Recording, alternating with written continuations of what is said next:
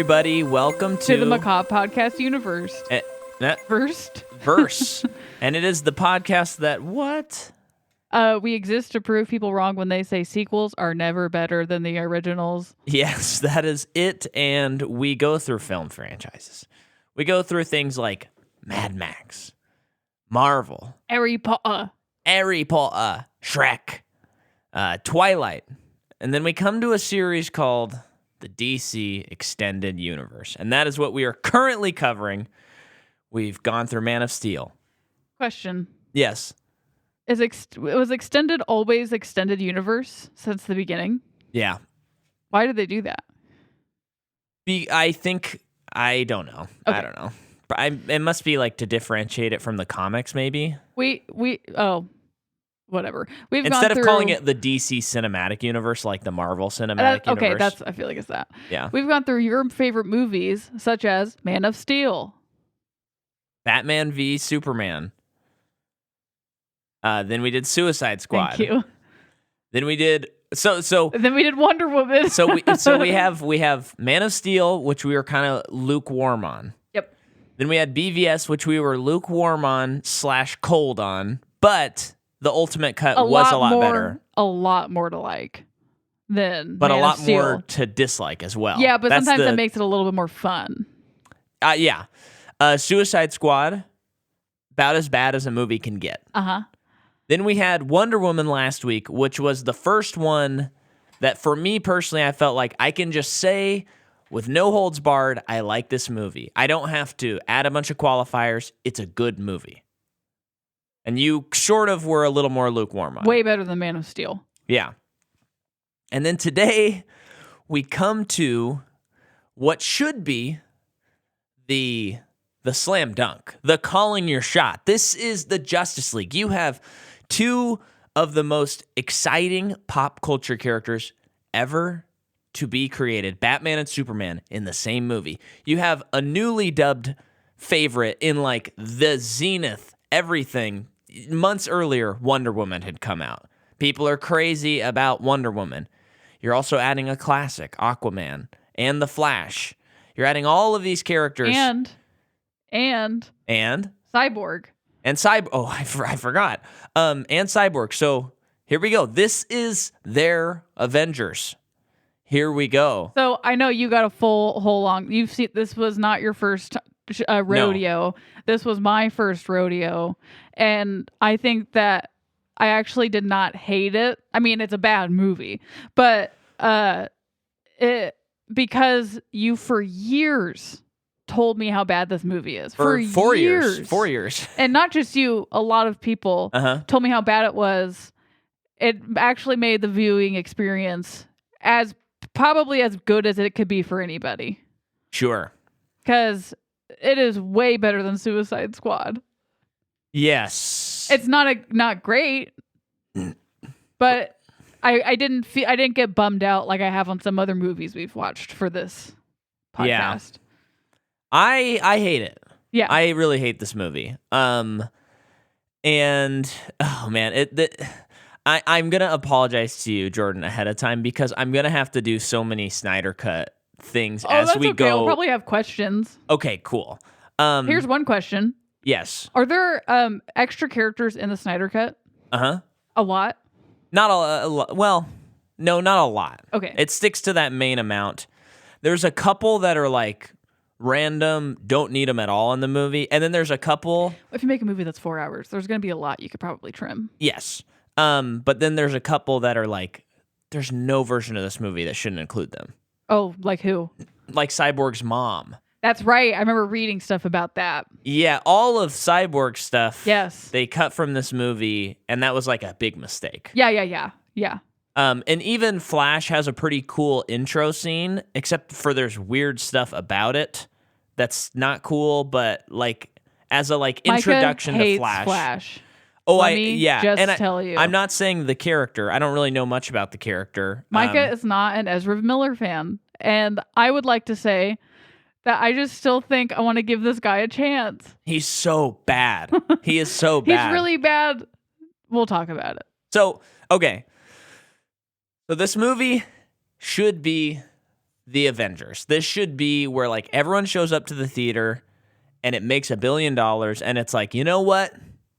We were concerned about those first two movies. Suicide Squad didn't do well, but we did it.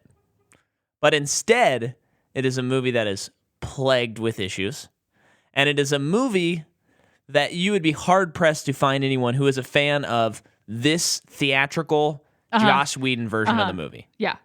Very hard-pressed, especially now that there's another version of this movie. You know what? Watching this movie, actually, there was a part of me that's like, maybe I should watch the extended cut.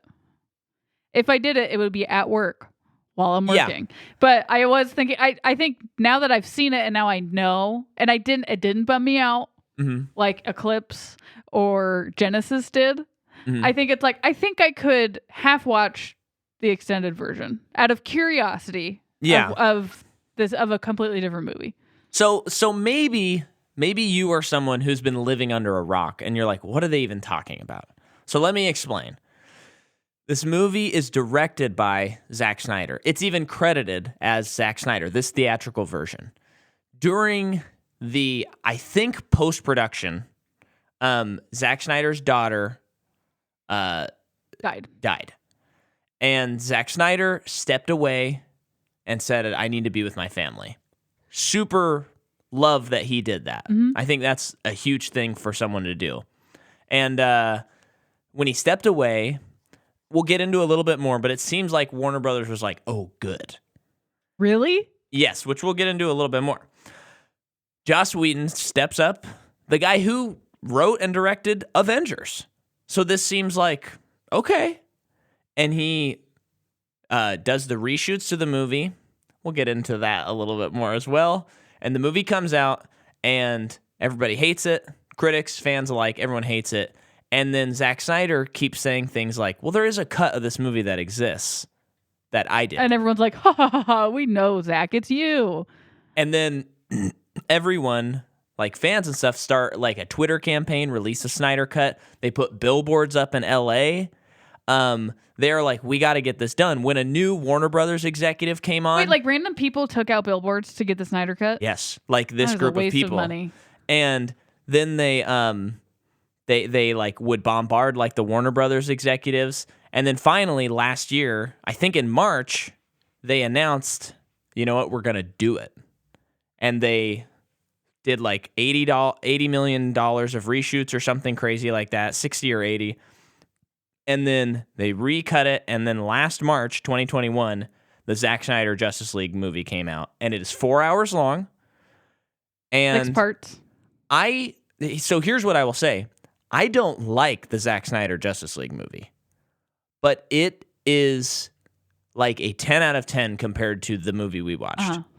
And things in Justice League that it's very interesting having seen the theatrical, then seeing Snyder Cut, then watching the theatrical again, because truly when you watch the theatrical after watching Snyder Cut, it does feel like there's 2 hours missing from the movie. Yeah. Because it doesn't make any sense. So that's your short little thing so that anyone who's not familiar with the situation can understand that. One thing I should note, though, is I think as fans were trying to get this made, there was some sort of like charity involved with raising money for suicide prevention. Okay. And so that's pretty cool. Yeah. I think it's a little bit like you give a mouse a cookie and it's going to want milk. Because, like, the day after Snyder Cut came out, everyone's like, release the Ayer cut for Suicide Squad. Well, that one's died. I hope so. But he's keeps saying, like, yeah, I could cut a version of this movie. We're not going to get into this. Okay, whatever. Yeah. But I will say, though, one thing that's really important to note is Patrick Willem said this on one of his podcasts, is he said, if you are so desperate for like one of these movies to be good and you can't accept that it's just a bad movie, just watch more movies. And he in his podcast he's like, I beg you to watch more movies, because if this like destroys your world that Justice League is a bad movie, watch more movies. And maybe you're a huge Justice League fan and like this movie coming out and bombing, you were just like, I feel like that was our one chance as a fan. Yeah. Just continue to read comics. Right. Get over it. Yeah. But the one thing I will say is, as we go through, I mean, I like that we live in this universe where this happened, because I think it's supremely fascinating. And I do think, especially when we find out about the abuse on set with Joss Whedon, I'm like, good riddance. I'm glad that they gave Zack Snyder $80 million to finish this movie. I am happy about that. But let's talk about the making of the movie. No. Let's talk about the first time I saw this movie. I saw this movie in theaters. I had a couple of friends that we kind of were like, DC really sucks. We should just go see these movies because it's funny. And so we said... My brother was one of them. Yes, he was. And Bobby was the other. And we said, okay, let's go see Justice League. It had been out for like over a month. We went to a theater. I think there were 2 other people there. And it was the next day it was out of theaters. So we timed it perfectly to where we could just like heckle and laugh, and we didn't have to care about anything. And pretty nice. There was a point about halfway through the movie, I don't remember which scene, but I just went to the bathroom and I just like got on Instagram for a few minutes and just kind of hung out in the bathroom for like 5-10 minutes because I was just so bored by this movie. That's my experience when I saw Daddy's Home. And I went to the bathroom and just hung outside of the theater for about 20 minutes before going back inside. So that is my experience with the movie. Then over the course of 6 weeks, I watched Zack Snyder's Justice League. It's just not really my jam. But then I watched this when we watched it. You were like, that one's my jam. Yeah, if you have to compare the two. My thesis statement for this, I love talking about both versions, but I think at its core, this is a bad story. No matter which... Absolutely. No matter if you're watching Snyder or not. Yeah. The story will make sense if you're watching Snyder. Just because it makes sense doesn't make it good. But it's not a good story. No. And that's the biggest problem with this movie. Let me just say this, because I said this while we were watching it. This is why at Marvel/Disney, they just really had it figured out. When for years you were like, how is this ever going to come together?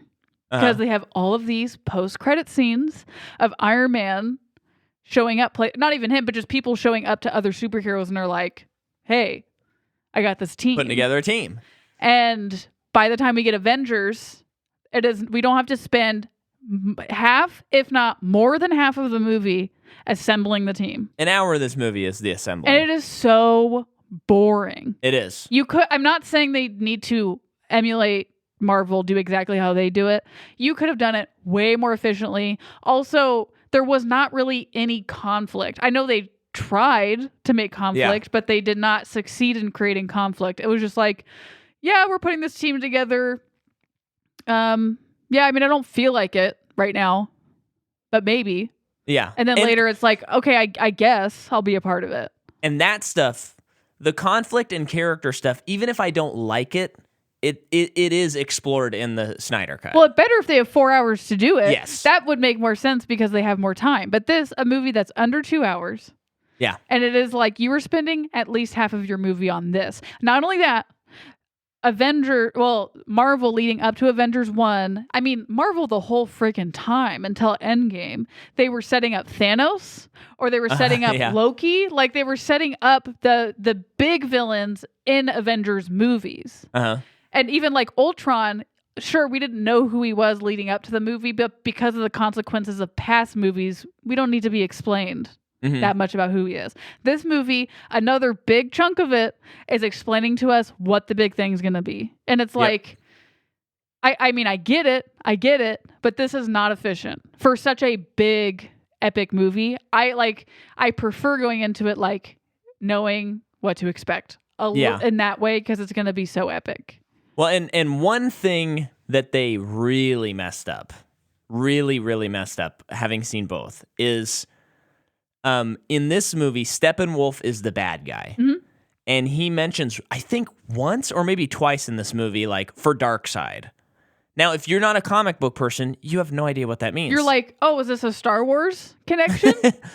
And the whole movie, he just is kind of like, I want to conquer because I conquer. Yeah, they didn't really give him any kind of personality. When with Thanos, I know that's like a big 10+ year thing, but like we even sympathized with him. Yeah. And what the Snyder Cut does really well is you find out that Steppenwolf was exiled from this guy named Darkseid, who's in the Snyder Cut, this like bigger villain. And he is trying to conquer the Earth so that he can like get back to his home planet. To like win, win the approval of Darkseid. And that part of the movie, I was like, why would you cut this? Because now I actually understand why the villain is doing this. Because the other one's kind of like, the theatrical's like, you've seen movies before. We don't need to explain this. Yeah, it makes me feel like an idiot for choosing to watch this movie. Yeah. Whew. Here we go, folks. Strap in. Strap into your bat. What is that one called? He has a bat, like, spider that crawls up a wall at one point. Oh, yeah. Okay. So this movie is directed by Zack Snyder, and I'm going to put a huge asterisk next to that so we can explain that later. The screenplay is by Chris Terrio and Joss Whedon. And the story is by Chris and Zach. The music is by Danny Elfman. And it shows. Kinda. I wish it was more Danny Elfman. I know. I think it's weird because he used the Batman theme that he wrote in 1989, and they used some of the Richard Donner Superman theme. And it was kind of like, I don't know. That didn't make sense to me because they really tried to not use recognizable themes in the last two movies that had those characters, so it felt very pandery when I heard it. Sloppy. Yeah. That's probably not even, well, maybe it is Danny Elfman's idea. I don't know. The cinematographer is Fabian Wagner, who did Victor Frankenstein and Overlord. This movie looks very ugly. Very bad. But we know there's a story behind that. Well, and what's crazy is he is the cinematographer for the other version of the movie. Okay. And the other version of the movie, whatever I'll say about it, it looks great.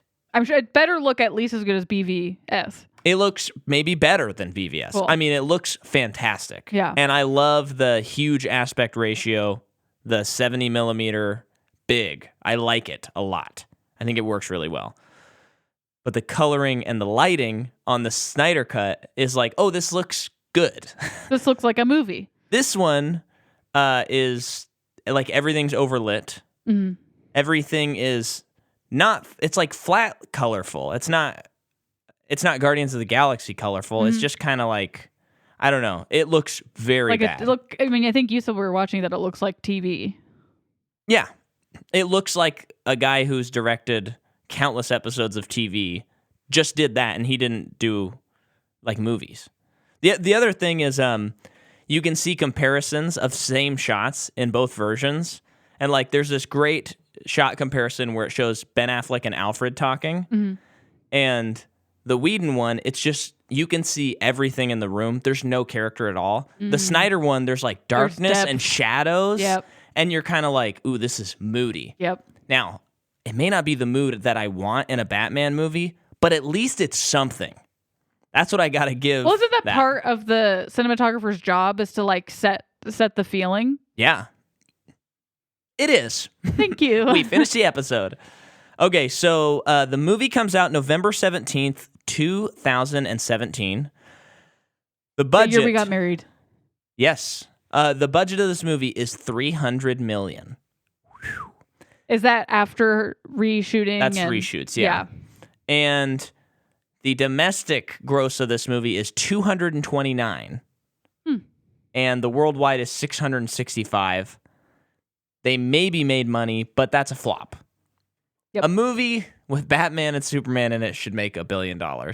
Same with BVS. It didn't make $1 billion. And I just wanted to compare. So 5 years earlier, Avengers came out. Avengers 1.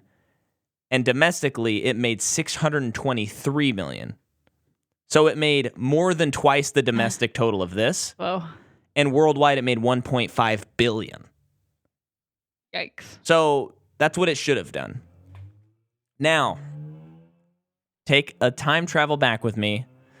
If you've heard before, the they were going to make a Justice League movie back in the 2000s. I think I talked about that last episode. And there were some interesting casting choices. I'm just going to point those out. And Batman was going to be Armie Hammer. Let's see. Megan Gale cast as Wonder Woman. No. Jon Stewart is Green Lantern. Who's Jon Stewart? Oh, no, that's the version of the character, the Jon Stewart version of that. They were thinking about Common being Green Lantern. And then Adam Brody as Barry Allen / the Flash. I could see that. And that's the guy from Kid Detective, right? And then Jay Baruchel as the lead villain, Maxwell Lord. Jay Baruchel? Jay Baruchel. Yeah. How does that work? I don't know. I don't That's know anything the about. man-seeking woman? Yeah. You're completely dumbfounded. That makes as a villain? Yeah. He must have been a funny villain or something, like Goofy. I don't know.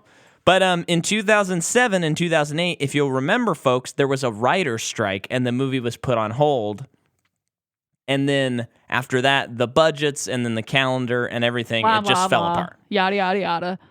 So then, October 15th, 2014, Warner Brothers says, we're doing it. We're releasing Justice League, and we're releasing Part 1, November 17th, 2017, and Part 2 is going to come out, and both are going to be directed by Snyder. Then Snyder claims that they were going to be two distinct films. Two different movies. It was not going to be like Part 1, Part 2 like Harry Potter. Or Infinity Endgame. Yeah. And I think his plan was like this would be Justice League 1 and then there would be Justice League 2. Interesting. But Batman v Superman, remember, was doom and gloom and people didn't like that. Yes. So the studio is seeing what is being filmed. They're seeing this movie come together and they're going, we got to make this more optimistic. We got to make it a little bit jazzier. Okay? And so during filming, it was reported that rewrites by Jeff Johns caused issues with Chris Terrio and Warner Brothers executives. Warner was unsatisfied with how the film was shaping up under Snyder due to the negative film reaction of BVS. It was reported that Warner Brothers held a summit for writers that include Joss Whedon, Alan Heinberg, Seth Grahame-Smith, and Andrea Berloff. This caused numerous rewrites as Justice League was filming. Then Whedon was eventually hired by Warner Brothers, and then he took over as director when the filming wrapped up in 2016. And then they did 2 months of reshoots, and that cost $25 million. Remember, reshoots are typically like 8 to 10. Crazy. And lest we ever forget that there was another movie that came out, I think the following year, that had Henry Cavill in it. And it's this masterpiece called Mission Impossible Fallout. Yeah. Now, if you've seen Mission Impossible Fallout, Cavill has this wonderful mustache in the movie. Wonderful. So wonderful. It looks great. His performance is unbelievable. He does this, he talks in this certain way that really feels old school. Like it feels like he was on the TV show. Yeah. So good. He's so good. Well, folks, and he's so big. If I remember right, I forgot to actually look this up for this episode. That mustache right there is worth about $8 million. $8 or $9 million because they're getting ready to do reshoots for Justice League, and he is contractually obligated to keep his mustache for Mission Impossible. Here's a question I have about that whole thing. Well, maybe pause because I might answer it in just a second. Not to cut you off, but so they do the reshoots, and you'll see the scenes that are reshot with Henry Cavill are CG upper lip. Yep. And it looks bad. Yeah. Now, part of that, I think, is we're just not there yet. But another part of it is the effects in this movie look bad. Uh-huh. Now, the right side of his lip never works. No. And his lips, the part of your lip that's has color in it, like doesn't move correctly when he talks. It just kind of folds back like he's showing his teeth. So Christopher McQuarrie, the director of Fallout, he gave permission to the producers of Justice League. He's like, yeah, he can shave his mustache. That's fine. He'll just grow it back or whatever for when we shoot. Or just get a fake mustache. And he said he would give them permission if in exchange for $3 million, because it would cost them to shut down production for Fallout. It would cost them that much money because they would have to stop for a couple. I know, I know, because they still have to pay everybody. I know that like it amounts to actually a lot of money. Yeah. Why don't you just slap on a fake mustache? Well, come on, that movie's facial hair and wigs look so good these days. They could have given him a fake mustache. But that movie, I know that's not Tom Cruise's style, but he could have given him a fake mustache. Here's the other thing, though. The worst part is, what if, because Justice League is horrible, we don't care about it. But what if in Fallout, one of the greatest action movies ever made, there was scenes where you're like, is he wearing a fake mustache in this scene? Not worth it. I know. It just seems a little mean, but I know I understand that he. But that seems like a good money. That seems like a good proposal. But Paramount Pictures, the people who own Mission Impossible, they say no. Whoa, what? They just shut it down and they go, no, he can't do it. He's not shaving the mustache. Scandalous. What? Yeah. So, I mean, that is so weird. What? Isn't this just crazy, folks? This is a real movie that exists and you can watch it. How crazy is that? Yeah, you can watch it twice. Yeah, you can watch two completely different versions of this movie. Okay, now the cinematographer of this movie, when it came out, he said, I estimate 10% of this movie is what we shot with Zack Snyder. And you would probably agree with that. Yeah, because at the beginning of the movie, we were in it several minutes, and you were like, none of this is in the Snyder Cut. Yeah. And there were a couple things that I saw later where I was like, oh, there were a couple shots, but they're as much as that movie is long, the Zack Snyder Justice League, it does set a tone. And I did see, I saw side by side, I watched a video where someone was kind of comparing the two because I wanted to refresh my brain. And there were a couple edits where it would show like this scene stops in Whedon. And then this one keeps, and then this is the next shot and all that. And it really did make a huge difference because this Justice League has this snappy, like sitcom-y tone. Like don't bore us, get to the chorus. They're just like, go, cut, cut, cut. But the movie was never from the ground designed to work that way. So it seems random to me. Like when I'm watching like the Wonder Woman bank scene, I'm like, what in the world is happening? And then the scene's just over. I just assumed that was introducing her character. I know, but I'm like, this is so bad. It's so confusing. It's just cut, cut, cut, cut, cut. You watch the Snyder Cut, it's like 3 minutes longer. I don't think it's a good scene. Yeah. But I understand what's going on. So, anyway, Whedon's rewrites were 80 pages. And CEO Kevin Sugihara mandated that the film be under 2 hours. That's also a huge problem. Yeah, especially for a movie that an ensemble like for a franchise leading up to this movie. That's pretty crazy. I'm glad in hindsight, but that's crazy. It should be 2.5 hours, like minimum. So that's crazy. And then he also that CEO also did not want to change the release date. So all these issues are happening, and he's not like, oh, let's just do 2018. He just goes, no, keep the release date. So that's probably another reason why the effects in this look so bad. I also just think that's the series. But yeah. Yeah. That doesn't help. And then we have to talk about this. I know it's a lot, folks, but it's so fascinating. And I'm just going to read this from the Wikipedia. In January 2021, Ray Fisher stated that he would only be willing to reprise his role as Cyborg in a future DCEU film if Justice League Part 2 were to be made by Snyder. Additionally, several unconfirmed reports have stated that sequels could still be made depending on the success of Snyder's cut. However, shortly after the Snyder Cut was released, CEOs Warner Brother and Sarnoff said there are currently no plans for Snyder to return. So that was just a few months ago. But I thought I was actually at a different point in my notes. But here we go.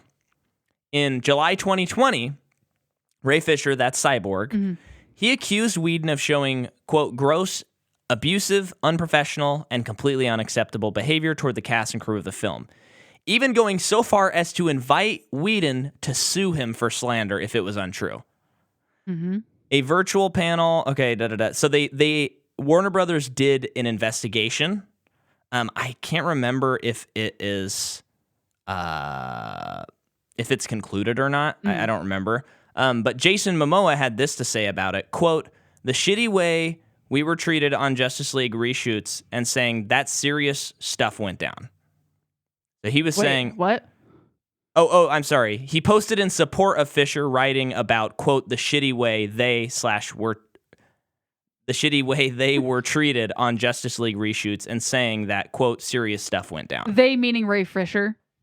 I do not understand that tweet at all. Maybe I need to look at it. The cast. Them, okay. Yeah, they were all treated very poorly. He was in support of Ray Fisher. That's just the important thing to know. Thank you. Okay. And then in December 2020, Warner Media announced that its investigation had concluded and that, quote, remedial action had been taken. Mm-hmm. I don't know what that word means. And then another crazy thing. So it's like you hear maybe one cast member, and maybe... I mean, I tend to believe these things when they come out, but maybe it's like, I don't know, Whedon has a long storied career. Would he really like single out this guy? But then you hear something like Gal Gadot saying, a source who was there said, the biggest clash came when Whedon pushed Gadot to record lines she didn't like, threatened to harm Gadot's career, and disparaged Wonder Woman director Patty Jenkins. The following month, Gadot added that Whedon, quote, threatened her career during the reshoots, saying, if I did something, he would make my career miserable, and I just took care of it instead. And that is not the first person to accuse him of threatening someone's career. Yeah. He is... So I almost feel like, I guess to my knowledge, since the beginning with Ray Fisher, it's been kind of a snowball. Oh, yeah. Of things since that. As is often the case with these types of things. Yeah, because not long after what he said, because Joss Whedon did a lot of Buffy the Vampire. He created it. He created it, Buffy the Vampire Slayer. One of the actresses from that show, I didn't watch it. I don't know who it is, but... I think Buffy. I don't think it was... The article I was reading was not Sarah Michelle Gellar. Oh, okay. It was someone else. But she was saying that when she worked there... threatened of her career being over. It was really difficult to work with him. When she got pregnant, he kind of told her to make a choice. Awful. Then I think even in a meeting with him, maybe it was about that, she had like a rosary with her, got a tattoo or something, and he was making fun of her. Crazy. For that. Crazy. So he sounds like a bully, to put it very simply. But also just a very bad person who maybe doesn't deserve to work in this business. No. And he has yet to respond publicly. Yeah. To all of this. He's just not said anything.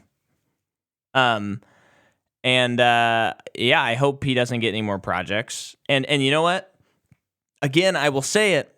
I'm not a fan of Zack Snyder, but the people who work with him and like the on-set environment, all indications point to it's a really fun experience for everybody. Mm-hmm.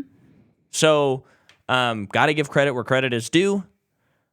And I am really glad that the Snyder Cut got made, if only to like destroy the legacy that Joss Whedon had on this series. Mm-hmm. You know, it's like, if only there was an alternate Avengers cut so we could take away that from him too. That's not the right attitude, but it's I feel very bad for the cast. Mm-hmm. The one thing that sucks, though, is I really want to love Ray Fisher's performance in either cut of the movie, because I'm like, this poor man. Like, he's been like so mistreated on the set, and he is like standing up for what is right, and he is calling him out, and that's really awesome. But I hate his performance in both movies. Yeah. I hate it so much. His storyline was the most interesting to me. So you say that his mom's in the Snyder Cut. They probably get more into how he was created. Yeah. They show the accident. They show him, because all of that stuff is like, why is that not the movie? Well, why doesn't he have a movie before this movie? Why do we just have to like and like he's an afterthought. Why can't he just have a movie? I know. Because the whole storyline is so interesting to me. And they were going to do a Cyborg movie after this. Right now, I think it's in limbo.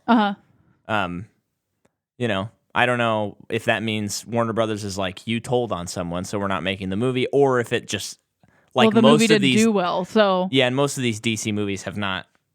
Like they've had like, oh, we're doing these 8 other sequels, and then the movie comes out, and they're like, okay, we're gonna do 1 sequel. Yeah. So that sucks. Yeah, because I would be interested in seeing that, or just knowing what they would do with it, I guess. Yeah. And could completely redesign the character. Oh my gosh, he looks so bad. So Ray Fisher, he is also in True Detective, the Mahershala season. I just remembered him when you said that. And I think he's probably he has 7 acting credits. He's probably a good actor. I just don't like him in these, which might be a preference thing. So the only things he's been in is The Astronaut Wives Club, BVS, Justice League, True Detective. Wow. And then like that's even crazier that he would like speak out because he's right at the beginning. Yeah. Let me see something. Good for him. Ray Fisher, you're welcome on the show anytime. I think he does a theater. Oh, cool. Okay. And then we have Jason Momoa, who plays Aquaman. He is in The Bad Batch, Conan, The Barbarian. He's a Dothraki in Game of Thrones. I know that. Uh-huh. That's all I know. Uh-huh. And that's all I care. Uh-huh. We've talked about Ezra. Yeah, we have. So have we covered a movie with Kieran Hines? I don't know. We haven't. So he plays Steppenwolf. He's Irish. I think I've only seen him as an American. Oh yeah. In movies. I didn't know that. His name is pronounced Kieran. Kieran. Okay. Like Kieran Culkin. Okay. So you were like really shaking your arms and getting excited. He plays Aberforth in Harry Potter Dose. Deathly Hallows Part Dose. He's in Tinker Tailor Soldier Spy, The Phantom of the Opera, The Man in the Hat, There Will Be Blood. He's great. Well, he wasn't really in the movie, but he's in The Terror. Well, who is he in the movie? He's Steppenwolf. You hadn't mentioned that. I said that. No, you didn't. I absolutely said that. Someone tell us if I said it. Let's rewind the tape. Is it even worth talking about Amber Heard yet, or should we just wait? No, we'll talk about her next week. Well, actually, next week, little plug for you folks. This Friday, the day that this came out, Black Widow is in theaters. So next week, you're getting our first ever, like, fresh, still theatrical release episode. Next week, we're covering Black Widow. So, and you just have to wait for us to talk about Amber Heard. Yeah, I'm just so excited because we have yet to do that. Ever since we started this podcast, we've been wanting to catch up so we can do theatrical releases. And then we caught up on Marvel, and then the world shut down, and none of their movies have been released. Ergo, none of the other movies really we followed. Excited. I'm so excited. And I'm excited to see the movie too. I'll forewarn you. It's been nice to have a break. It has. Oh, it's been really nice to have a break. Even with having the TV shows that we've watched, it's still been nice to have a theater break of Marvel. Totally. I feel like the movie would have to be complete trash for me not to love it because I'm just so excited about going to the theater and seeing a Marvel movie. I mean, it would have to be like Incredible Hulk bad for me to dislike it. It's still going to be good. Yeah. I have to say, too, we've seen A Quiet Place 2 since last recording. And remember, I don't remember what episode it is, but I railed on that movie saying that there should never be a sequel for something like, because of the first movie was so complete and it's just a money grab, yada, yada, yada. I am wrong. Wrong. It's so good. It was so good. There was more story to tell. There was more characters to develop. Now I really don't know. They're absolutely making a third one. There's no way they shouldn't money-wise make a third one. The issue with that is the issue you had last time. Will John Krasinski do it because he didn't even want to do 2. Originally, he said he didn't want to make a second one. Of course, they gave him enough money. He's you know what I found out is actually he passed, and they said, well, could you like write like a little spec for it? So he at least did that, and then he was while like, he was writing, he was like according to him, how he was writing, he was like, "Crap, I'm directing this, aren't I?" Like to himself. And you know what? I hope that happens again because without him in it, I don't know if the story can be as good. But what if it's like a Insidious Lee Winnell sort of scenario? We don't get many Lee Winnells in our lifetime, so I'm just not confident that would happen. What if this happens? Because this is exactly the Insidious. Even though Insidious 3 is not the best, it's still a fun movie. If in this movie, Cillian Murphy, they announce he's like, I'm making my directorial debut. Oh, that'd be great. I have to make Quiet Place 3. That would be cool. Okay. I'd be fine with that. But yeah, I was wrong. It was really good, and I'm glad that I was wrong. Oh, yeah. That movie was so thrilling, it felt like I was in the theater for half an hour. I actually so good. thought about it for a second, but we're just so in the middle of doing so many podcast episodes. I thought about, like, we need to do, like, an emergency, because this, like, proves our point. Yeah. Like, this is our whole thing. It's especially interesting because there's no source material. Yeah. And that's why I didn't think that they should make a second one. Mm-hmm. Because whatever. Whenever we cover Quiet Place. Yeah. We'll definitely do it on the main feed because they will definitely be making a third movie. Yeah. That's when we'll talk about all of it. Yeah. Okay, but I wanted to say about Ezra Miller. Okay. So we have to talk about him. I think I got a soft spot for him. Okay. Yes.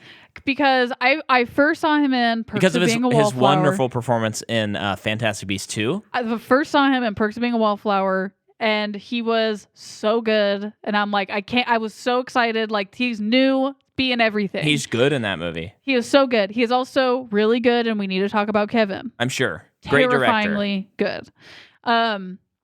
So that being said, Ezra, it's time to take a break. I know you contractually can't, probably. You're probably a slave to this series now. And Harry Potter. Which is, I feel bad for you. And don't forget, he was in The Stand as like a cameo for one of the main characters of The Stand, the TV show. What do you mean a cameo?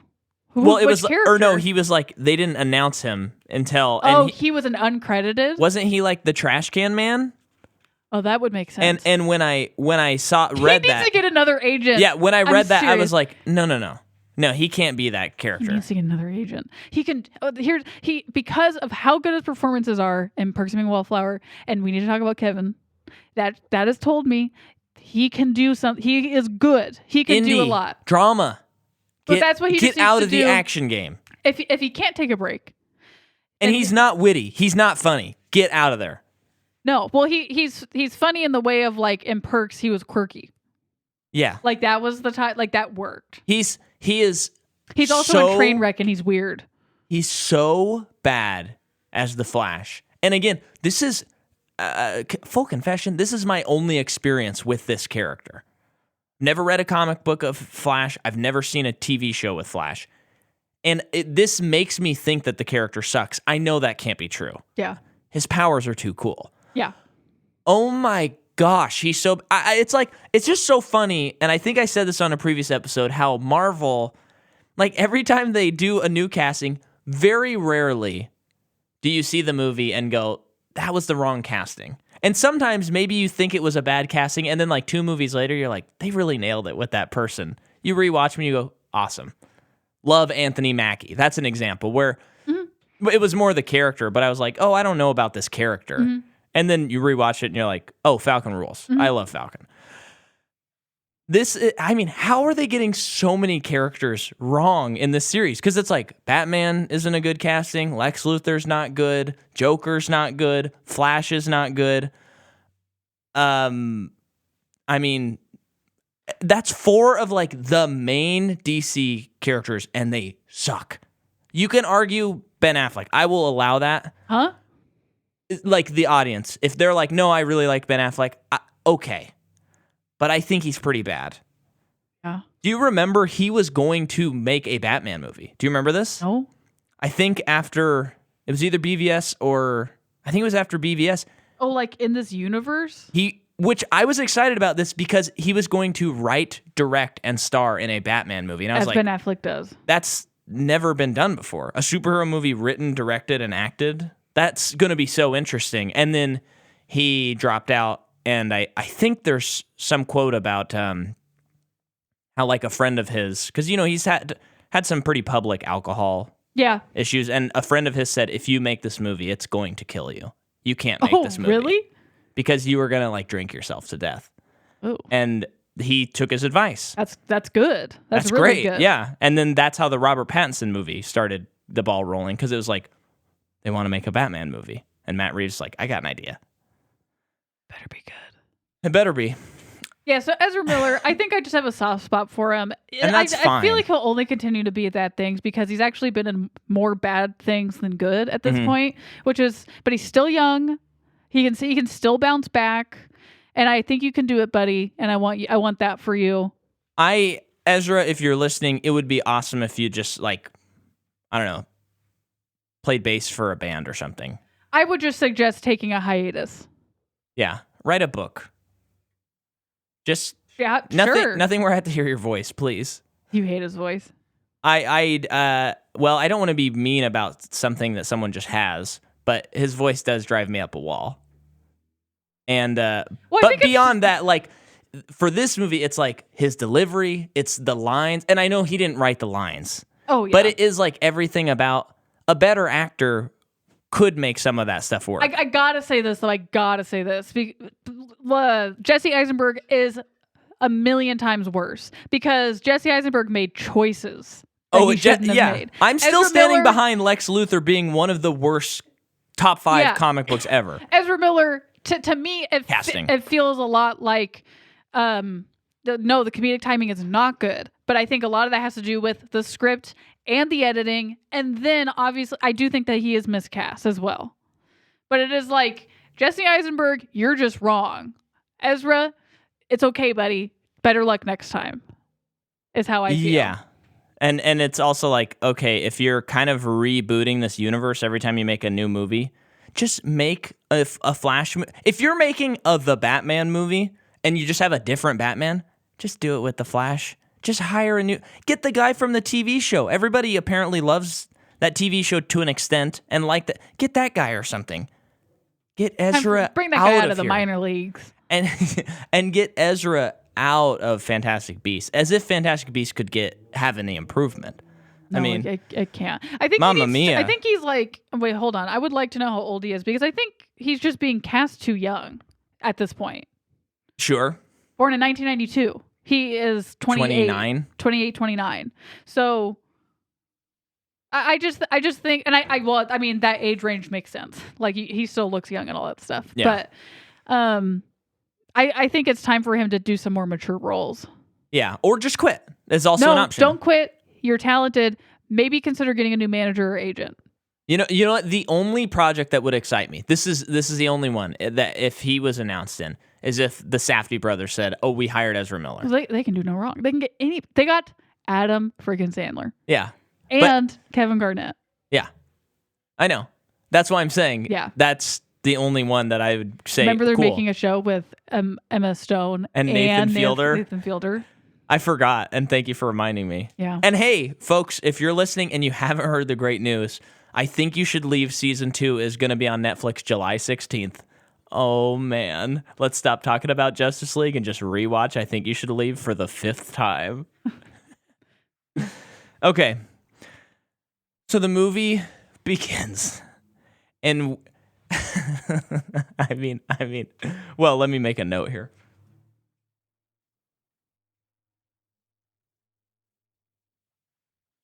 I know we've been setting so many stages, but you have the most iconic characters, and they're teamed up for the first time live action. But they're not for a long time. I know, but here's how you chose to start the movie. With cell phone footage of 2 little boys interviewing Superman saying, "It's for our podcast. What are you doing, Superman?" And Superman says, "Hi, how are you doing?" And Does his that S mustache really stand for hope? Yes, it's like a river. And it whines. And then they say, "What's your favorite part about Earth?" And then he looks up into the sky. And then it cuts to black. Get out of here. I mean, right off the bat, you've lost your entire audience. Mm-hmm. And the CG lip. Bad. Oh, man. It showed through the poor camera phone quality. Oh, yeah. Which, by the way, I haven't watched this video yet, but the Corridor Crew on YouTube, they once the Snyder Cut came out, they said, they digitally removed the mustache in the theatrical. They put a mustache on. And they said, we should try and put the mustache back on. And I keep forgetting to watch that video to see what they did. That's funny. But they like put his mustache in the Snyder Cut. I love that. That's awesome. And then there's like a montage showing Metropolis and Gotham, and we're seeing that the world is mourning Superman's death. Yeah. Horrible song choice. Just on a preferential level, I didn't like it. I don't even remember what it was. It was some like cover or something, right? Yeah, I don't know. And we're seeing like the streets, like crime is starting to happen again. And we're seeing, I think we see Lois Lane visit the memorial for Superman. And we see some of this other stuff. You're just strapping in. And then we get to like a stock place or something. I'm confused at what the place is. It looks so bad. So you're talking about when Batman apprehends that guy? On the top of the building? I just did a Tim Allen there. On the top of the building. Oh, no, that's much later, I think. No, it's not much later. I'm going to forget all of this movie. Don't worry, I took notes. Melting my brain. The Wonder Woman sequence. Oh, that's before? I believe so. Oh, okay. So we see this bad guy go into a bank or a bank with a lot of children in it or a school with a lot of money in it. Pretty unclear. But apparently this is going to take down the world and bring the old world. Yeah, they're anarchists. Well, see, this is what I mean where in this cut of the movie, it's like, don't worry, one sentence will explain enough. But in the Snyder Cut, if I remember right, there's at least like a little motivation beyond a one-word sentence where you just go, huh? Really? Like there. Well, it's also so early in the movie. It's like, do I need to remember this person? Yeah. And so we're introduced to Wonder Woman, and she comes in, and just immediately, there's no tension at all. I mean, that is another huge problem with this movie. There is not a second of tension in this movie. No. Because it's cut so quickly, and it's so just random that you don't even remember what you're supposed to remember because there's no importance put on anything. Maybe that's why I'm already forgetting so much. And I think rightfully so. Once we're done with this podcast, you shouldn't remember it exists. But Wonder Woman, saves all the people and immediately just like grabs this bomb, throws it into the air, and it explodes. Yeah. And then that's the end of the scene. Yeah. There's much more in Snyder Cut. Again, there is an actual choice being made. And this movie, so Wonder Woman is kind of like, I don't know. I feel like she has like a straight head on her. No, I feel like she is the voice of reason for the Justice League. But more than anything, that translates as her smirking. Yeah. It's countless shots of Gal. Like, smirking. You boys, you're so cute, and it's like this is really betraying the character. I feel like how like she is strong, she is pushing back, and it's like I don't think anybody's pushing back in this movie. Yeah. Also, I tried to look up her name because I've heard people say Gal Gadot and Gal Gadot. Yeah. And she specified it's like a mix between the both. Well, I just always thought Godot because of the play. There's a play? Waiting for Godot. Oh, that's funny. But it's like it's like a very soft T apparently, like Godot. Oh. I don't know. Cool. Anyway. Because I like to represent names as correctly as I can, but is that her full first name? I believe it is. Cool. Yeah. It's too bad that they don't have someone in the series named Guy something. That could be her love interest, so it'd be Guy and Gal. Well, Guy Pearce needs to get up in the series. And they could be love interest. Mm-hmm. So then we're introduced to, at some point we're introduced to Batman. So this scene looks very stock, like the set. It looks like it's almost like, it just looks so fake. By the way, and not in a fun Tim Burton way. This scene, not a total reshoot, all of it. Yeah. None of this scene is in the movie. And maybe that's why it looks so fake. And then, like I said, not in a fun Tim Burton way. Yeah. So this guy comes out. I'm just assuming he stole stuff because he has a gun and he's got a bag. Yeah. Really, I don't even know what this building is. I have no idea who he is and what's going on. Batman shows up. It seems like Batman was just flying around buildings, seeing if anyone was on top of them, just to get someone, tie him up, and bring one of those bugs up to him. It's like, you could be a criminal. You don't have to be a criminal. I'm just Batman out here trying to get some fear. So I'm just Batman out here trying to get some fear. So one of those bug things A parademon, Jordan. One of those bug things come up, and he puts it in a net, and it explodes. And we see, like, it explodes into 3 boxes, right? Like, is that a mother box thing? Well, its blood shows 3 boxes. That is the most... I don't even care if that's in the comic book. That's lame. Oh, no, we shouldn't... No. You kept saying in this movie, it was so funny. Jordan kept trying to give excuses where she's like, that is dumb, but maybe it's a comic book thing. This one's dumb if it is a comic book thing. And I was saying this to her. I was saying, Jordan, stop giving this movie so much credit. And also, we've both been reading a lot of comics books lately. This is just poor writing. This is not a comic book. You've been reading Sandman. Oh, yeah. Sandman? It's still a comic book. A superhero thing, though. Well, but still. Like, it's just bad writing. And it's just so funny because I know that these are MacGuffins. Like, who cares what the mother boxes are? But they're just... The amount of times they say mother box makes me want to go outside and do some yard work instead of watching a movie. Stop saying mother box as if it's supposed to be important to me. It's very bad. So now... I hate that their blood is lime green, like it's phosphorescent. Yeah. It's just so ugly. They're bad. None of this is fun. No. We're introduced to Aquaman. Okay, so this scene made no sense by a lot. I feel like I caught you watching this scene in the Snyder Cut. I wasn't paying attention. I'm just assuming it gets more done, but. Bruce is trying to find Aquaman. He's talking to some guy who's not Aquaman, but it's like, dude, anyone would know that this is Aquaman. Look at him. And they have the 3 boxes written on the like hieroglyphics behind them. But this is I don't know if they say where this is, but it's like some coastal town in Scotland. It's like Gaelic or something. Yeah. And they're speaking like an ancient language, I'm assuming. And I mean, he's probably Bruce being clever, like, I know you're Aquaman. Yeah. Look at you. Yeah. You're huge compared to all these other people. And then, I mean, like, cryptically, he's trying to... Oh, they do that thing. They do this a lot in that movie where they're talking about stuff and then it cuts to them walking outside talking like as if they did not pause the conversation. No. It's like they said, cut to us outside, and then we say whatever we were about to say. Yeah. It's like, oh, you were quiet for several minutes? So... Yeah, so I don't know. He's talking to him about stuff, how he needs him. Aquaman's pretty much like, I don't know. I don't got time for this S. I'm having fun being a bro and being a bachelor. I don't know. That's just really how it felt. Yeah. I remember reading a really funny review of the Snyder Cut. Yeah. And part of it was this scene where Aquaman is talking to Bruce, disrobes, takes off his sweater, and of course he's ripped. And these women pick up his sweater and like smell it and like sing the song. Yeah, they sing like a Gaelic song or something like that. Like probably some kind of ancient love song for him. And it's like, what? Yeah, that was an addition that was just straight up weird. Yeah.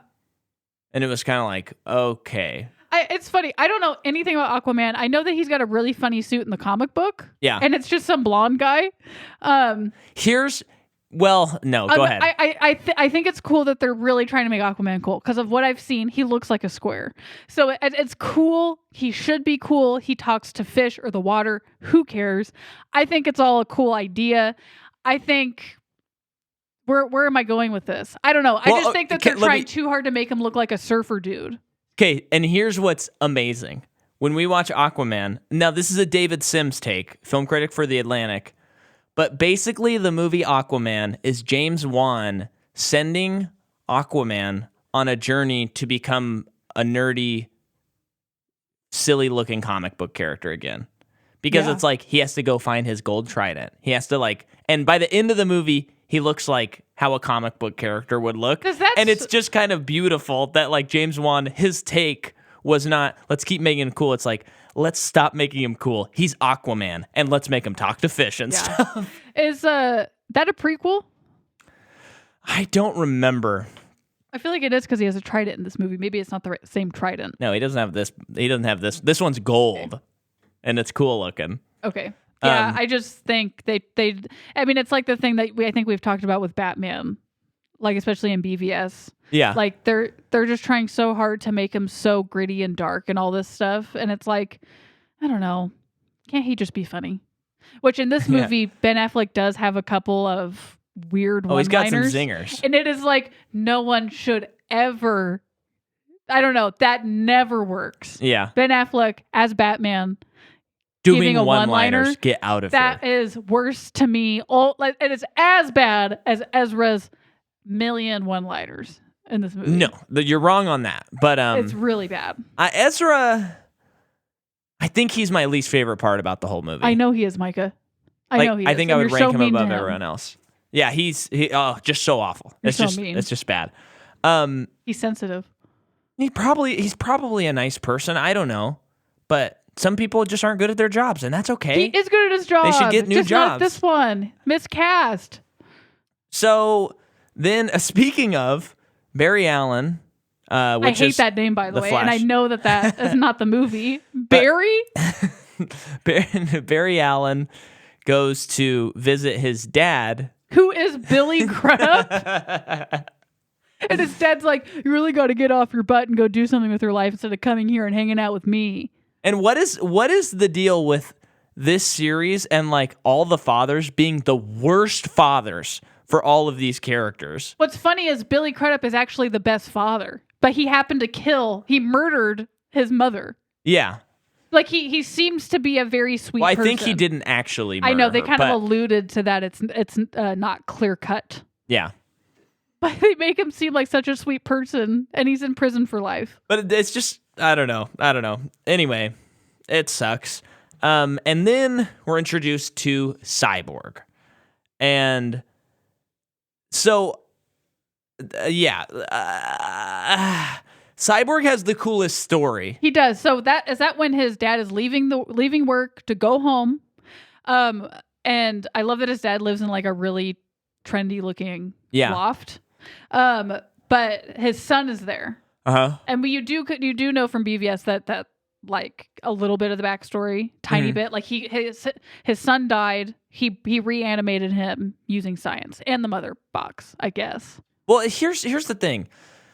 Again, all of this stuff is explained a lot better in the Snyder Cut. But we're adept movie viewers. We've seen a lot of superhero movies, in fact.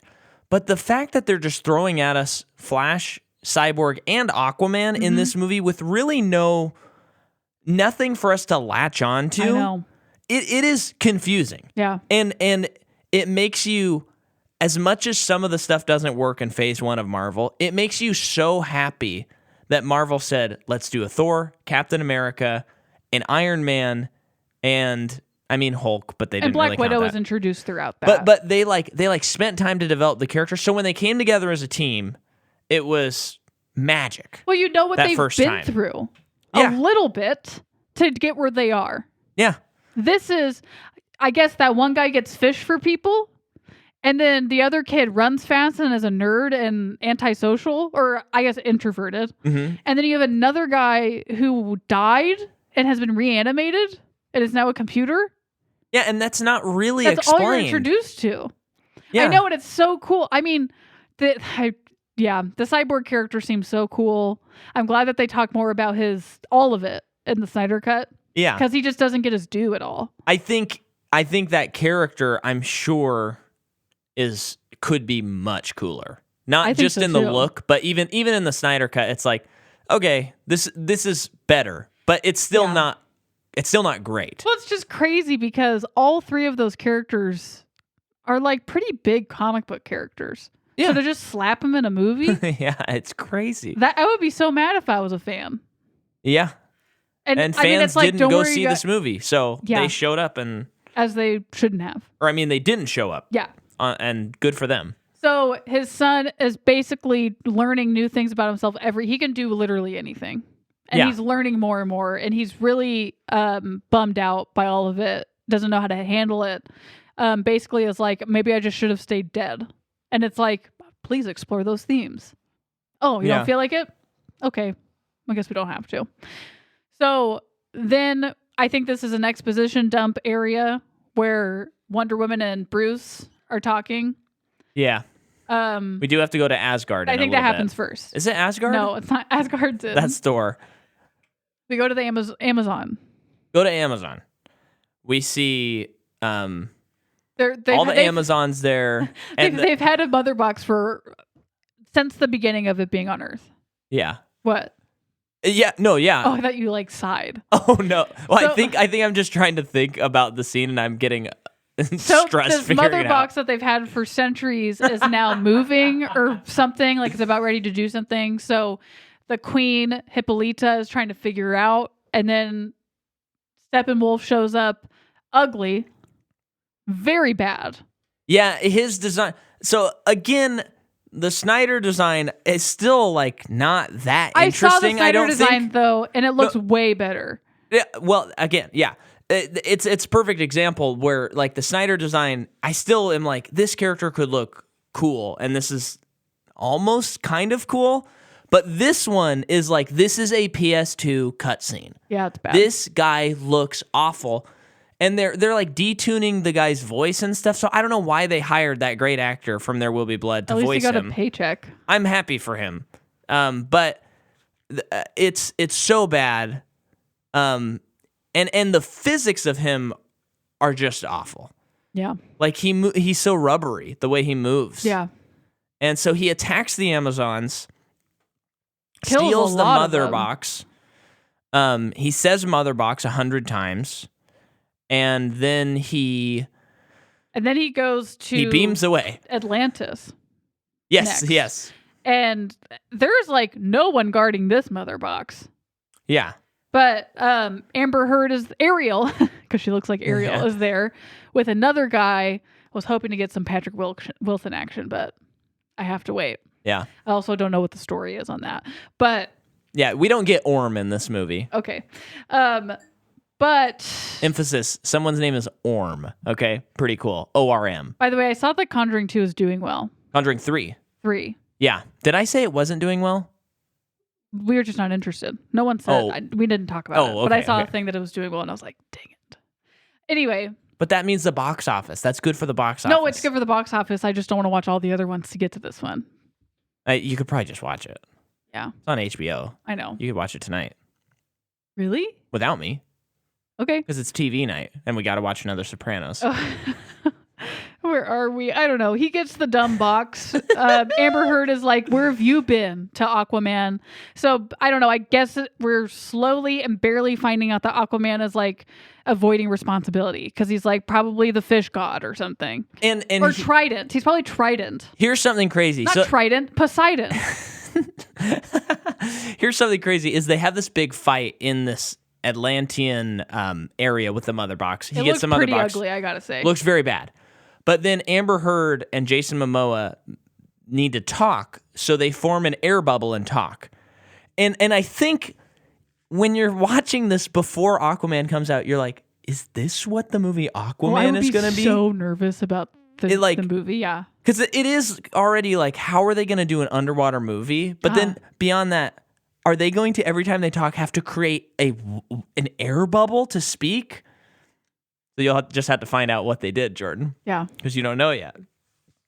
Then we have this crazy conversation with Lois Lane and Martha Kent in the offices of Metropolis. Amy Adams looks very weird in this movie. I am almost convinced that they did a deep fake.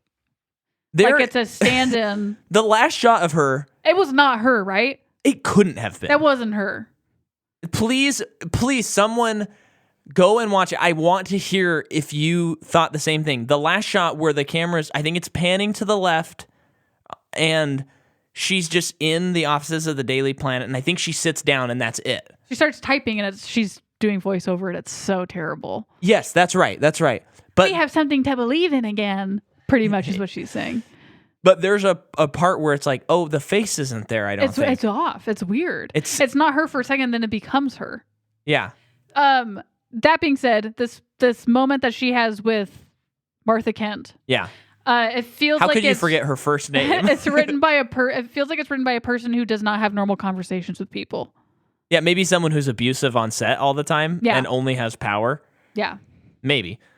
Yeah, and yeah, it's just weird because we've seen Amy Adams in so many things, and I've seen her in again in the Snyder Cut. She looks like Amy Adams. She doesn't look like Amy Adams in this cut. Very weird. It's weird. Yeah. And that's not speaking to her. I think that's a production issue. Yeah. That's what I'm saying. Yeah. Don't misunderstand me there. And then they start to Wonder Woman explains what the mother box situation is. So again, this series loves exposition dumps. So here we go. We have another one. And this is when I was like, they should not have to do this in this movie. The other movies should have been leading up to this. Of course, not really, if that's not what they wanted to do. However, I think Marvel created a very good template to use. Yeah, but they can't follow it. You know that. I know they can't. But to do an exposition dump like this makes the bad guy feel like he's not that bad. Like that the things aren't actually that bad. And like Superman is hardly in this movie, obviously. And I know that he's like kind of talked about a lot, but also at the same time, he's not really talked about until a possibility arises that they could bring him back. Yeah. So that's not even like something that they're really hung up on. By the way, I had forgotten, and I saw it, how they discuss Superman in the Snyder Cut. And it is crazy when you juxtapose the two scenes, because in this version, Ben Affleck just eventually is like, you know, what would happen if someone hadn't decomposed yet and we put him in a pool of thing and did a charge of electricity? And then the Flash says, so we're going to resurrect Superman? And it's just like that. Yeah. In the Snyder Cut, they're around this table. Whether you like it or not, it's just better tension because they're all talking, and then the Flash goes, "Oh man, I'm not gonna say it. Who's gonna say it?" And everyone's looking around, and it's this knowing like, "Oh, no, we have to." Okay, and then like the computer shows like Superman, and it's just so much more like it's just more interesting, even if it's not that good. It's so much more interesting. Than them just saying, okay, we got to resurrect Superman, and then the next scene, they dig up his body and they start resurrecting him. Okay. But we're not even there yet. We meet... Ben Affleck goes to meet... I can't even call him Batman because he's just Ben Affleck when he's in a movie. Ben Affleck goes to meet the Flash, and the Flash has this... You know, because he talks about brunch. Now, you know... I hate that they made that a callback. I hate that. It was so bad. So he says in... You know, wait, hold on. Sorry. This just shows how poorly this is written, because imagine Tom Holland doing the same thing as Peter Parker, because I kind of, they're both boyish and quippy. And if Peter Parker had part of that where he's getting really hung up on brunch, it's not really brunch that he's hung up on. It's being social. It's being like accepted by people. It truly just feels like Barry cares about brunch. Yeah. So doesn't make sense. So the Flash says, I'm in, I want to do it. I'm not good with people. I mean, like, for example, brunch. What's brunch? You're waiting an hour in line to basically have lunch. And then in the next scene, he says something about brunch again. And he says, I have to eat a lot of calories, which this part is in the Snyder Cut, the when they're out at the car. Like, I have to eat a lot of calories because I'm like a black hole, a snack hole. Okay. Okay. This is in a movie. Yeah. Now, first of all, I want to address the brunch thing. It's not as bad as what he says later. I don't think the brunch was in the Snyder Cut. And it feels to me very much like Joss Whedon was probably like, hey, I'm a funny guy, and I have this great bit about brunch. When I tell it at brunches, people lose their minds and say how funny and a genius I am. And I probably could have been a stand-up comedian if I wanted to. I better put my brunch bit in this movie because people are going to love it. That's how it rings. It does.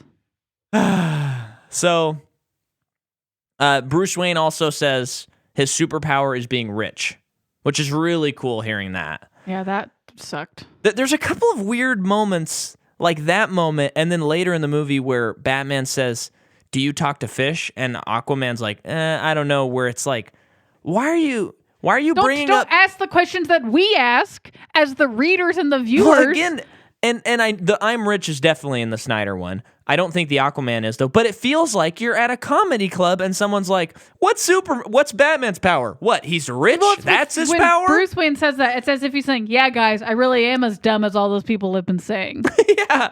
And then the Aquaman one, they're just like, "We want to acknowledge that he talks to fish, but remember, this guy's cool. He's got tattoos, okay? Okay, he's got tattoos." Mother Box 2, we talked about that. Air Bubble, we talked about that. Then we get to meet Commissioner Gordon. Yeah, for 2 seconds. Jeez, why would they? Why? I watching J.K. Simmons do that. It's just like the guy will do anything if he thinks he'll have half of good a time. You know? Why would he ever accept that job? Oh man, he must love comic books. He's actually not a bad casting, in my opinion. No, but they don't use him. No, they don't use an Academy Award winner. It's also kind of strange. You have so many characters. You're introducing huge iconic characters. Why bring Commissioner Gordon into this? I know. Wait for the Batman movie, or even not Suicide and the Squad. Gotham Police have absolutely nothing to do with this movie. No, they just say, yeah, there's been a lot of sightings of these demon things. That's it. Bruce could have told you that. He's been hunting them. Yeah, we saw it. Cyborg joins the crew. We have a really, really intentional butt shot on Godot, which is interesting because after Wonder Woman, where they didn't sexualize her, to see her sexualized in this movie is quite the shame. But yeah. Then I don't even remember why they go to this place, but they all are like, okay, let's do it. And they head to this underground bunker or something. Well, that's where the other mother box is, I think. Which also, during this whole time, we keep cutting to family in Russia. And like all these bugs all of the parademons are swarming and they're like barricading their home. And there's like what appears to be a nuclear power plant in this town. And then you go inside it and it's like a monolith from 2001. Huh? No explanation needed. So no, I really have nothing else to say other than that. Yeah. And the idea of, hey, let's include some civilians to add some tension makes sense. But just because an idea could be done right doesn't mean you did it right because you attempted to do the idea. It's so bad. And that was one of our Age of Ultron complaints, is like a lot of the civilian stuff seemed kind of random, even though it is important. Yeah. The stuff in Avengers 1 felt more like actually getting into the civilianness of it. Yeah. I think Joss Whedon is just like obsessed with having that in the movie, which is essential for superheroes, but it's just weird. Yeah. And it is, there is something to be said for when a reshoot is this publicized. It's like, why are you doing things that are so obviously reshoots? Yeah. Because when you watch the movie, you're like, okay, so this part he didn't direct. Okay, so this is a Joss Whedon scene. And when you're hearing this type of humor, you're like, okay, so this is a Joss Whedon scene. Okay, Warner Brothers needed to lighten up this scene. Okay, you can. Anyway, so there's a big fight here, and then there's this moment which I've heard people make fun of, and this is the one Whedon edition that I actually really like, where Flash says to Batman, "I've never done this before. I don't know how to fight. I've never been in a battle." And Batman says, "Save one person." Mm-hmm. And then he goes, "What?" He says, "Save one, then you'll know what to do." People have made fun of that moment. I think. Oh, really? I think that's the only good Joss Whedon moment that's added. Well, that's the only character development the Flash gets. That's the only opportunity he gets in this movie to develop as a character. Yeah. I'm fine with it. I think it's really good. Does he get anything like that in the other movie? He has other moments, but I think that's a better moment than the moments he does get in. Mm-hmm. But that cool shot of him pushing the sword back to Wonder Woman is in both versions. That's cool. That shot is cool. That's like, whoa, if the whole movie was this. Maroon! So Steppenwolf is interrogating people, I guess, and he's got Ray Fisher's dad. And he gets saved as well as other people. They start fighting Steppenwolf. I guess he's big, bad, and powerful. They're having a hard time. A bridge breaks, water breaks through into this tunnel, and Aquaman shows up and saves the day. Yeah. That's pretty much what happens. And then you get the cool Flash touching the sword back to Wonder Woman, which is cool. Yeah. Yeah. And all this is just like, I don't even know what I'm looking at. It's the action is so bad. And this scene, actually, this part of the movie was my favorite part of the Snyder Cut. It was... Really? Yes. This was the scene. So I was watching it, and I saw the first 2 or 3 parts or whatever, and I was like, oh man, this is so boring. I don't like this. I saw this scene, and the action was so cool, and it was so interesting visually to watch that I said, okay, I'm going to pay attention. Maybe I'm going to like this.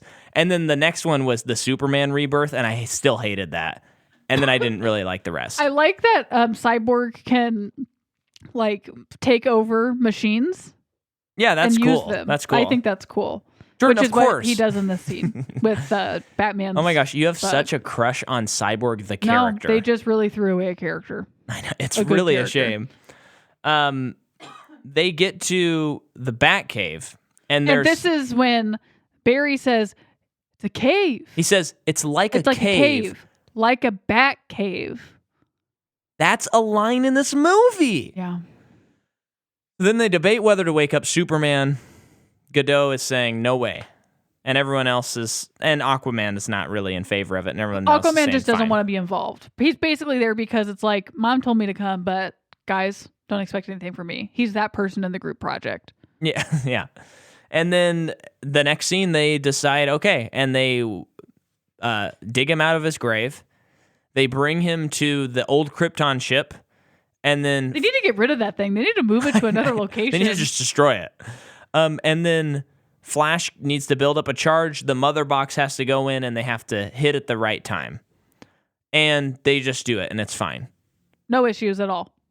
And again, on the Snyder Cut, it's like, there's a whole thing where Flash says, I've never gone this fast before, and when I do, like, time slips and stuff, this could be bad. And there's, like, tension. No consequences, though. Right? No. There's actual, I'm saying in the Snyder Cut, there's was there tension. A time slip? Well, I think he misses it, and then he has to, like, reverse time just a couple seconds and then hit it. And there's actually, like, tension. It's not a good, I don't think it's good, but there's something for you as a viewer to go, okay, like, this is a movie. Yeah. Although it's not really a movie because no movie's structured like that. But this movie is just like, hey, we need to do this thing. Okay, we did the thing. Okay, now let's head over here. Okay, Superman's bad. Okay, Lois Lane showed up. We're good. Let's go. All right, now it's off to Steppenwolf. I don't know. Sometimes the most tension you can provide in a movie is when the main characters don't accomplish the goal that they're supposed to do. That's sometimes the most stressful part of a movie to me, where they're supposed to go do this thing and they can't even get there to do it. Well, because along the way, there's all these obstacles. I mean, imagine if A Quiet Place, and I'm not going to spoil the second movie, anyone, so you don't have, but imagine A Quiet Place. A character is like, hey, I need to go from my house to the grocery store. And that's like the whole movie. And the person goes to the grocery store, they get all their stuff, and they come back. And there's no issues. And that's Quiet Place 3. How bad is that? Yeah. Bad. Very bad. Now, if you're telling me you're going to do a slice of life cyborg movie, now you've piqued my... So Superman comes back and he's angry, and they fight at his memorial. And you find out that he can track the Flash. That part I do think is cool. Yeah, I'm just trying to focus on the positive. We don't have to. We don't owe this movie anything. So why is Superman angry? He's angry because his brain is scrambled. He's like, is that true though? I don't know. They just like, hey, they keep saying things like, if he comes back, he might not be him. And then all he has to do is go to a cornfield and talk to Lois for a little bit. And then he's like, all right, I'm back. Yeah, it was such a waste of time. I feel like they were trying to. Like, this is what I'm confused about. Maybe I've already forgotten a lot. And this about, is a story problem. This whole Superman resurrection maybe thing. I forgot about stuff in BVS, but from my memory, in that movie, him and Batman were like at odds most of the time. And then they got to a point where they needed to fight together. Yeah. And then of course Superman dies. But I mean, they kind of like had a little bit of resolve in that movie, to which I wouldn't think that Superman would come back and be angry at him still. No. Only to the point of like, you should have kept me dead. Yeah, it doesn't make sense at all. That's just bad writing. So, yeah, he's mad. It's funny because everyone's fighting him and Bruce can do absolutely a gosh darn nothing thing. A gosh darn nothing He can do nothing because he got no powers. So, well, he is rich. So Lois shows up and they go back to Kansas and they talk. Admittedly, I was talking over the scene because I did not care. And I was really distracted by his CGI lip. Yeah. But I'm assuming she said, "That's not you. Remember who you are. I love you." Okay, here's your mom. Okay. Yeah. You're about right. Okay. And Steppenwolf gets the mother box during that time. He gets the mother boxes so easily, man. I know. And then they beat him so easily. So it's like, he should have never gotten them. It's so bad. Then we have Wonder Woman and Batman just talking for a long time in like this really poorly designed studio apartment hallway. So bad. And they're talking, and I can't remember what they're talking about, but it's almost as if the job got done. And it's like, what do you want to do with the rest of your life, Bruce? Did you really think things were going to be this way? That's what it felt like. And I don't like that they were drinking. I don't know why. Bruce, it's fine. I don't know. I was really nitpicky on this while we were watching this. Yeah, explain this because it sounds like, it doesn't sound like what I think you mean it to sound like. What I mean by it, so it's like, first of all, I compare a lot of my Batman to Christian Bale because that's when I got into Batman. And it kind of begins and ends there a little bit. Haven't read many comics. And what I feel like they really did well with that Bruce Wayne is because of Ra's al Ghul, he became a very disciplined person. And if he was going to drink, it was only going to be at a party to show that he was a playboy. That's like in Batman Year One when he fakes drinking the champagne when those people come over. Yes. Bruce is not, I don't know, having scotch having a nightcap. Yeah. I just don't feel that way as someone who has not read a lot of comics. Yeah. But in this scene, for him to I don't know what's going to go on. Let me just get a drink for me. You want one too, Wonder Woman? And she's just like, yeah, okay, sure. And it's like, there's no time to unwind. Yeah. There's a job to do. Yeah. It just felt like a very adults will be watching this movie, and when adults watch movies, there has to be alcohol in it somewhere. And we're not saying it. I'm not saying drinking is wrong, and you're not saying like a puritanical reading on this movie. It's just it felt really odd, and I felt it odd too. I think it was just like a weird movie trope where they need to talk and they need to do something. How about they both hold scotch while they do it? Yeah, it seemed like we need him to do something with his hands so the scene isn't boring. Well, here's the thing too. Like we said, I don't remember what they talked about, which probably means you can just cut the scene. Yeah. Because I don't even know character-wise if it did anything. No, probably not. I don't remember the characters doing much in this movie. Development-wise. But you know what? I've been thinking a lot about brunch lately and how it's what's the next part of the movie? Then they have to unite the boxes. And Steppenwolf says, "Praise to the mother of horrors." That's a line he says. Yeah. I wish we could have at least seen it. The mother of horrors? Yeah. Yeah, she sounds cool. And then Aquaman does this hilarious thing. He's leaning up against the Batmobile. And he says, I don't like any of you people. And, ooh, man, Wonder Woman, you are hot stuff. And I think we're all going to die. And then it keeps cutting around to all the other Justice League members. And they're looking around like, oh, can you even imagine? And then Wonder Woman kind of says like, hey, you might want to check under your big butt. And he goes, okay, let me move my big butt. And he moves, and he was sitting on the lasso of truth. And so it was compelling him to tell the truth. And then he stormed out. And he said, you better not tell anybody about this, Flash. And and Flash was like, I didn't hear anything after. Yeah. And then he turned around and he's like, What's the deal with wait. Mondays? That was the next line Flash said. What? So does Aquaman storm out and then doesn't come back until the battle scene? Am I correct in that, or am I forgetting? Well, because then the next scene is them going to the battle. But does he show up later? No, he's with them. He's with them. He's with them, yeah. That would be so funny if he's so mad about the lasso of truth that he's like, I'm not even going to help him. This movie could have done it. Honestly, yeah. Surprised.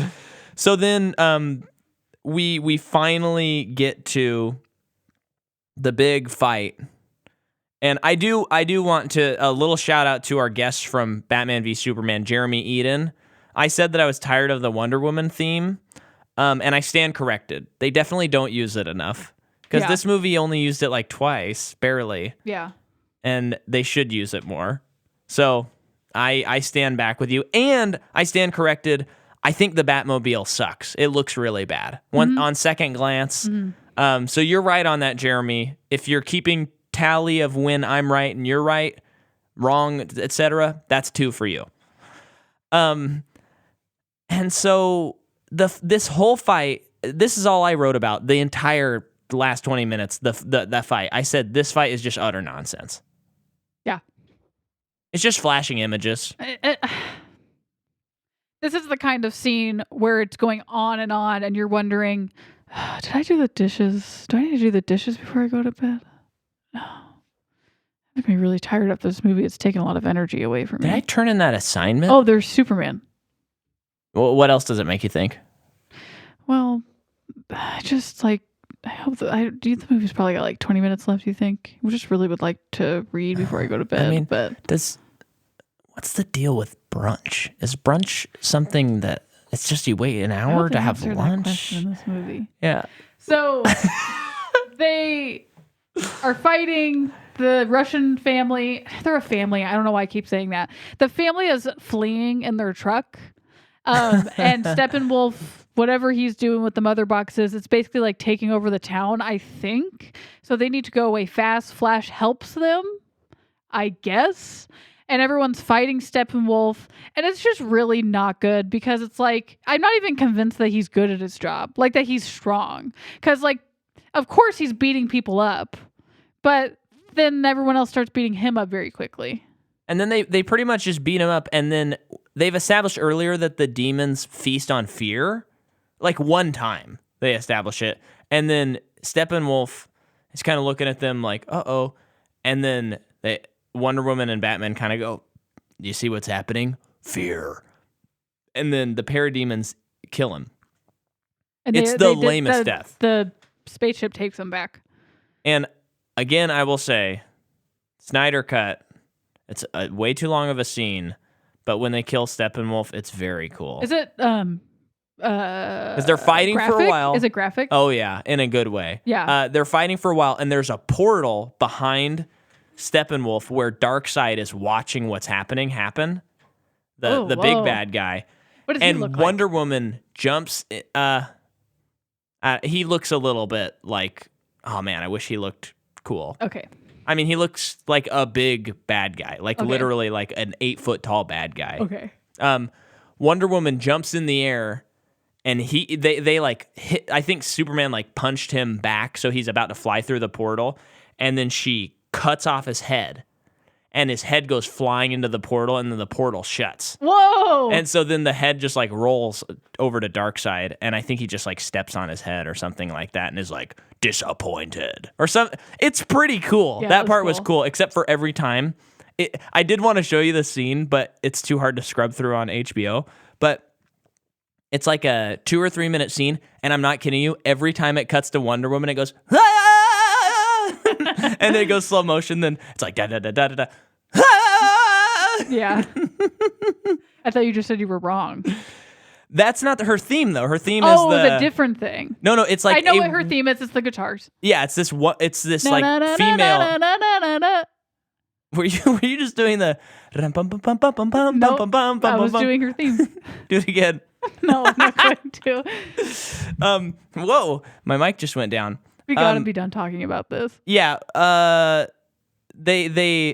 So Wait. So Superman comes and they pull apart the mother boxes with Cyborg, and then Steppenwolf gets killed or ascends back to his spaceship. And then when the mother boxes were pulled apart, there's like a blast, and Cyborg and Superman are like knocked back, and they're like laughing. Like a couple of kids, just like, oh, dude, you fell over so funny. It was just, I mean, I think it was like a relief kind of thing, but it was so lame. It's the worst. I mean, it doesn't get any worse than this. And then they saved the day, I guess. And they saved the world, but they never really showed the world in impending doom. And neither does the Snyder cut. Yeah. I mean, that's one of the problems is it's like there's no people in this world for some reason. Yeah. Except, well, there's that one family. Well, yeah, but they saw everything. Yeah. And then there's a mid-credit scene, and this is the best. This is the brunch callback. Tell me about it, Jordan. Flash and Superman are about to go on a race, and Flash says, Superman says, I heard that if you lose, you buy brunch. And Flash says, if I win, I get to tell everybody. And go! And then it does a freeze frame. Yeah. And that is the movie Justice League. And then we find out Lex Luthor broke out of prison, and a guy named, I can't remember his name again. But Lex Luthor's on a yacht. Yeah, and he's like, I thought it was a Succession tie-in for a second. I got excited. He says, like, I hear the heroes have a team. I suppose we should start a team of our own. What is their league called? Did I ask you that while you were watching know. it? I think I did. I really am. I don't know a lot about Justice League. I don't know a lot about DC Comics. I have read a nice little chunk of Batman where I feel comfortable like with that character, but I mean I've only read one comic that had Lex Luthor in it ever, so.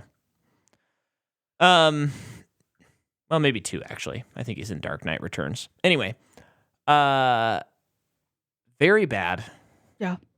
Guess what, though? If you want to hear us talk about a movie that I thought was not going to hold up, but was, pun intended, a huge slam dunk, head over to patreon.com/MICAHMCCAW. Link is in the description.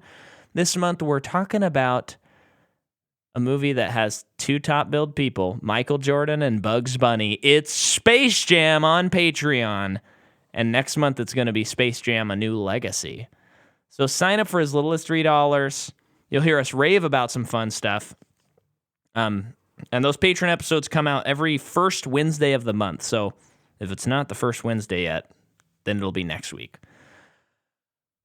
And next week, it's Black Widow. We're back in the Marvel Universe next week. Yep. So try and see that movie right away so you can listen to us talk about it. Yep. Otherwise, it'll just sit on your phone, burning a hole in your pocket until you've seen the movie. So we hope to see you in the theater.